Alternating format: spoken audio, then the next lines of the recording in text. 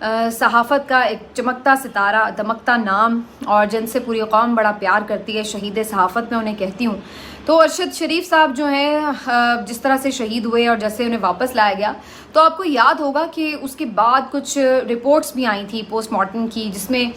کچھ انکشافات کیے گئے تھے. بظاہر ایسا لگ رہا ہے کہ جیسے ان کے اوپر تشدد کیا گیا ہے، اور یہ بھی خبریں اس وقت بھی آئی تھیں کہ ان کے ناخن نہیں ہیں موجود. اور ناخنوں کے حوالے سے اکثر لوگوں نے کہا کہ بعض اوقات DNA ٹیسٹ وغیرہ کے لیے بھی میت کے ناخن نکال کر اس طرح کی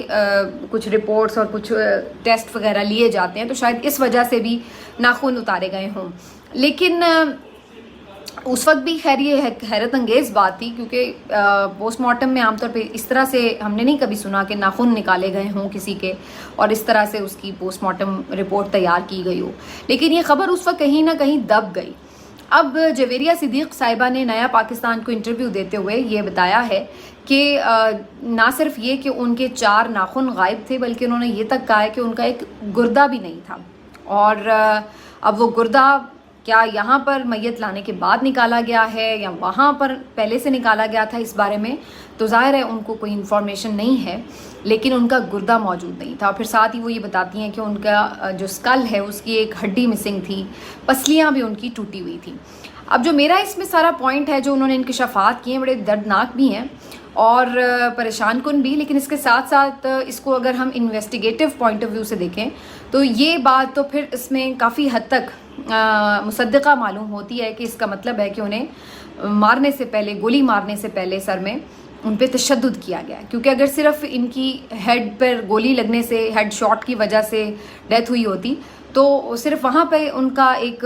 گولی کا سوراخ ہوتا اسکل میں، اور بس اس کے علاوہ ربس کیسے ٹوٹ گئیں ان کی، وہ تو سیٹ بیلٹ باندھے ہوئے تھے جو ہم نے ان کی ایک پکچر دیکھی تھی گاڑی کے اندر، تو پسلیاں ان کی کیسے ٹوٹ گئیں، گردہ کہاں پہ غائب ہو گیا، کیسے غائب ہو گیا، ناخن کیوں اتار لیے گئے. یہ ساری سوالات جو ہیں وہ اسٹل اپنی جگہ پہ اس بات کو کافی حد تک مضبوط کر رہے ہیں اس پروپوزل کو کہ ان کو اس سے پہلے شاید تشدد کا نشانہ بھی بنایا گیا. اگرچہ کچھ انٹرنیشنل صحافیوں نے اس بات کے اوپر بات کی تھی جو باہر بھی موجود ہیں کہ ممکنہ طور پر نہ صرف یہ کہ ان کو تشدد کا نشانہ بنایا گیا، بلکہ ان کی چیخیں بھی سنوائی گئیں اور یہ ہو گیا وہ ہو گیا، اور اس وقت لگ رہا تھا کہ شاید کچھ ایگزیجریٹڈ کہانیاں ہیں. لیکن جو اب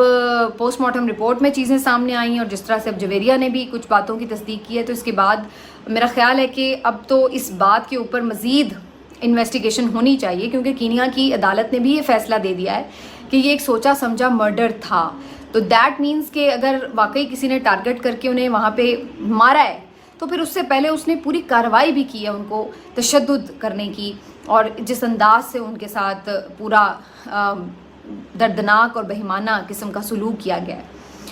تو یہ ساری چیزیں اب تو اس بات کو اور اسٹرینتھن کر رہی ہیں کہ ان کا قتل کوئی حادثاتی قتل نہیں تھا، باقاعدہ ٹارگٹ کر کے کیا گیا. اور اب ساری ذمہ داری آ جاتی ہے حکومت پاکستان کے اوپر اور پاکستان کی عدلیہ کے اوپر. حکومت پاکستان سے تو اب ہم کیا ہی امید رکھیں، لیکن عدالتیں جس طرح سے اب کھڑی ہو رہی ہیں حق اور سچ کے ساتھ، تو کیوں نہ ارشد شریف کو بھی انصاف دیا جائے اس موقع کے اوپر. اور میرا خیال ہے کہ یہ بہترین ٹائم ہے کہ جہاں پر اب کینیا کی عدالت کا فیصلہ بھی آ چکا ہے کہ اس سارے معاملے کو اب پروب ہونا چاہیے. ویسے تو اس پہ ایک کمیشن بھی اسلام آباد ہائی کورٹ میں تشکیل دینے کے لیے حامد میر صاحب نے درخواست کر رکھی ہے، لیکن ہم امید کرتے ہیں کہ اس کے اوپر جلدی کارروائی آگے بڑھے. اب آپ کو بتاتے ہیں کہ جی انجینئر مرزا صاحب کی پھر سے شامت کیوں آئی ہوئی ہے. انجینئر مرزا صاحب جی ایک انٹرویو میں فرما رہے ہیں کہ عمران خان اگر زندہ رہا یا وہ جیل سے صحیح سلامت واپس آ گیا تو پھر سب کو پتہ ہے کہ ملک میں استحکام نہیں آ سکتا. تو اسٹیبلشمنٹ کی بھی مجبوری سمجھنی چاہیے کہ پھر وہ اس کا کیا کریں. وہ اسی لیے انہیں جیل سے نکلنے نہیں دے رہے، بند رکھا ہوا ہے، کیونکہ سب کو پتہ ہے کہ ان کی گارنٹی کوئی نہیں لے سکتا کہ اگر وہ باہر آئیں گے تو وہ پھر کسی بھی طرح کیا آرام سے بیٹھ جائیں گے، یا اگر کسی کمٹمنٹ کے تحت وہ باہر آ بھی جاتے ہیں تو کیا وہ اس کمٹمنٹ کو فالو کریں گے. تو جناب یہ ساری صورتحال ہے. اس لیے یہ بیسکلی وہی الفاظ ہیں، وہی گھسا پٹا بیانیہ ہے جو دوسروں کے منہ میں بھی ڈالا ہوا ہے کہ جناب عمران خان باہر آئے گا تو جی بڑی عدم استحکام آ جائے گا. یہی رانا ثناء اللہ صاحب فرما رہے ہیں کہ جتنی دیر وہ اندر رہے وہی ٹھیک ہے, اور یہی بات انجینئر علی مرزا صاحب کہہ رہے ہیں. تو بیسکلی انجینئر علی مرزا صاحب کی ایک دفعہ پہلے بھی ٹکا کے درگت بنی ہے اور صحیح طرح سے ان کی سافٹ ویئر اپڈیٹ کیا گیا تھا انصافیئنس کی طرف سے, اور لگتا ہے کہ وہ اسی طرح کی کوئی مزید اپنی ایک سیکنڈ ایپیسوڈ چاہتے ہیں. کچھ لوگوں کو ویسے بھی عادت ہوتی ہے کہ بدنام جو ہوں گے تو کیا نام نہ ہوگا, اور ہر طرف سے اگر ذلیل ہو رہے ہوں گے تو شاید وہ سمجھتے ہیں کہ یہ بڑی اعزاز کی بات ہے کہ ہر طرف ڈسکس ہو رہے ہیں. لیکن وہ اس کے پیچھے جو بھی وجہ رکھتے ہیں, لیکن بنیادی طور پر میرے نزدیک سوچے سمجھے منصوبے کے تحت یہ نیریٹو بنانے کی کوشش کی جا رہی ہے کہ عمران خان باہر آئے گے تو پتہ نہیں کیا ہو جائے گا. اب اس کے کانٹریری اگر ہم سوچیں تو بھائی عمران خان 70 سال تک جیل سے باہر ہی تھا, ٹھیک ہے. وہ اس ملک میں پچھلے 26-27 سال سے سیاست کر رہا تھا. وہ اس ملک میں 3.5 سال وزیر اعظم بھی رہا ہے. تو ملک میں کون سا اس نے ات چک رکھا تھا, کون سا اس نے عدم استحکام پھیلانے کے لیے کوئی شر انگیزیاں شروع کی ہوئی تھی. ایک صوبے میں اس کی تقریباً اب آپ سمجھ لیجئے کہ کم از کم 11 سال ہونے والے ہیں, حکومت بھی ہے. تو کہاں اس نے کوئی ایسا تمام سیاسی مخالفین کے گلے اتارنے شروع کیے ہوئے ہیں, یا کہاں پہ انہیں جیلوں میں بھرا ہوا ہے خیبر پختونخوا کے اندر, جس چیز سے آپ کو یہ لگ رہا ہے کہ وہ باہر نکل آ گیا تو ملک میں عدم استحکام آ جائے گا. تو تھوڑا سا بات کرتے ہوئے شرم آنی چاہیے. آپ یہ اندازہ لگائیں کہ آپ ہیں کون یہ ڈیسائیڈ کرنے والے کہ کون شخص جو ہے وہ ملک کے لیے ٹھیک ہے اور کون نہیں ہے. یہ تو پاکستان کے آئین کے مطابق, اس کے دستور کے مطابق عوام پاکستان کا حق ہے کہ وہ یہ ڈیسائیڈ کرے کہ کون ملک کے لیے بہتر ہے یا نہیں ہے. اگر وہ سمجھتے ہیں کہ وہ بہتر ہے تو وہ ہے.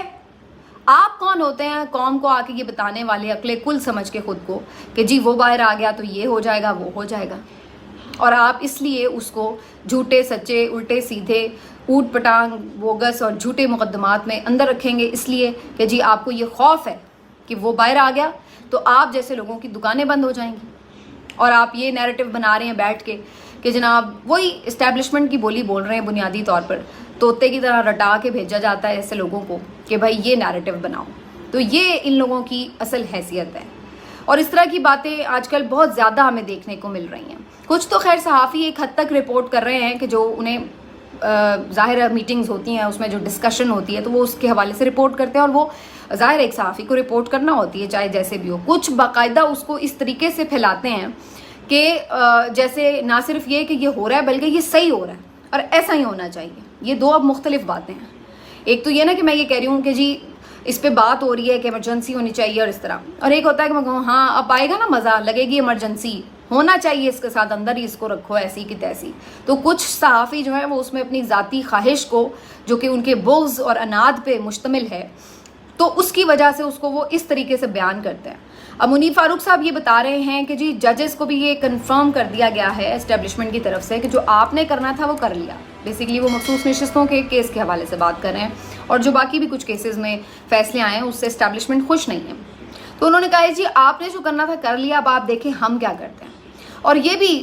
واضح طور پر بتایا جا رہا ہے کہ جی کچھ بھی آپ کر لیں. اب حسن ایوب ہوں, منیر فاروق اور دیگر کچھ صحافی یہ بھی رپورٹ کر رہے ہیں کہ یہ بھی بتا دیا گیا کہ کسی صورت بھی الیکشن کمیشن مخصوص نشستوں کے کیس کے فیصلے پر عمل درآمد نہیں کرے گا, اور یہ طے ہو چکا ہے کہ نہیں کرے گا. اب اس میں بنیادی طور پر کیا ہے, یہ بتایا جا رہا ہے کہ جی چونکہ وہ فیصلہ غیر آئینی ہے لہٰذا ہم اس پہ عمل نہیں کریں گے. بھائی آپ کون ہیں یہ طے کرنے والے کہ فیصلہ آئینی ہے یا غیر آئینی ہے؟ یہ ملک ہے, کوئی بنانا ریپبلک تو نہیں ہے, کوئی جنگل کا قانون تو نہیں ہے کہ آپ نے اپنی کوئی الگ عدالت لگائی ہوئی ہے اور آپ کہیں گے کہ جی میری عدالت نے یہ فیصلہ کیا ہے کہ یہ غیر آئینی کام ہے لہٰذا میں نے نہیں کرنا. اور آپ سپریم کورٹ سے اپنے آپ کو کوئی بالا سمجھتے ہیں کہ وہ 11 ججز وہ پاگل ہیں, وہ ان پڑھ ہیں کہ انہیں نہیں پتا کہ آئین کیا کہتا ہے, اور ان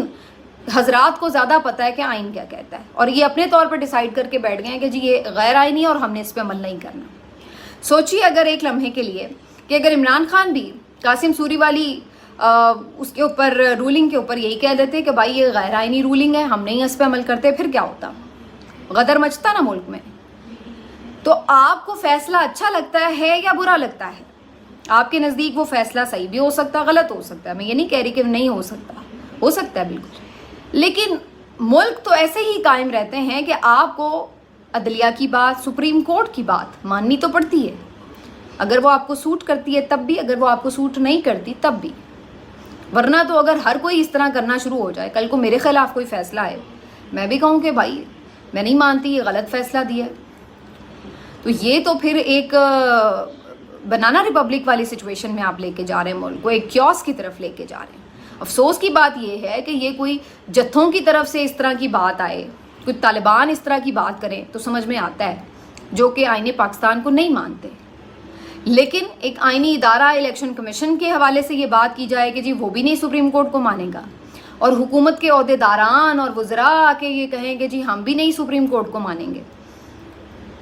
تو پھر اس کے بعد مختلف صحافی آ کے یہ کہیں کہ لو جی اب مزہ آئے گا ججوں کو، ان کی بات نہیں مانی جائے گی، مزے لے لے کے وہ اس چیز کو قابل فخر انداز میں بتائیں، تو پھر اس ملک میں مجھے یہ بتائیں کہ جانا کس طرف ہے، بات ماننی کس کی ہے؟ کوئی تماشا ہے کہ آپ کسی کی مجال ہے کہ بھی آپ یہ بات کریں؟ اور اس میں سپریم کورٹ کی بھی کمزوری ہے، جب آپ 90 دن کے فیصلے پر عمل درآمد نہیں کرا سکے تو اب ان کو ہلا شیری مل چکی ہے، انہیں پتہ ہے کہ بھائی بدماشی ہے، نہیں مانتے. اور یہی اب خبریں ایمرجنسی کی صورت میں بھی دی جاتی ہیں کہ جی ایمرجنسی لگا دیں گے، وہ لگانی لگونی کوئی نہیں ہے انہوں نے، یہ بیسیکلی ڈیسپریشن ہے. جب یہ آپ بتاتے ہیں کہ ہم مانیں گے نہیں، ہم ایمرجنسی لگا دیں گے، ایسی کی تیسی تم نے جو کر لیا، یہ جو بڑکے ہیں بیسیکلی یہ صرف دباؤ ڈالنے کی کوششیں. اور خبریں بڑی واضح طور پر یہ دی جاتی ہیں کہ جناب اگر آپ فیصلہ تبدیل نہیں کریں گے مخصوص نشستوں کا تو پھر ہم ایمرجنسی لگائیں گے. اب تو یہ کھلے عام باتیں ہو رہی ہیں، تو یہ کون سی بدماشی اور غنڈہ گردی کا قانون ہے اس ملک میں؟ اور پھر آپ کہتے ہیں کہ جی باہر کے لوگ ہمیں کیوں کچھ کہہ رہے ہیں. اتنا اوپنلی آپ یہ سب کر رہے ہیں، کھلے عام بدماشی کر رہے ہیں، اور پھر آپ کہتے ہیں کہ جی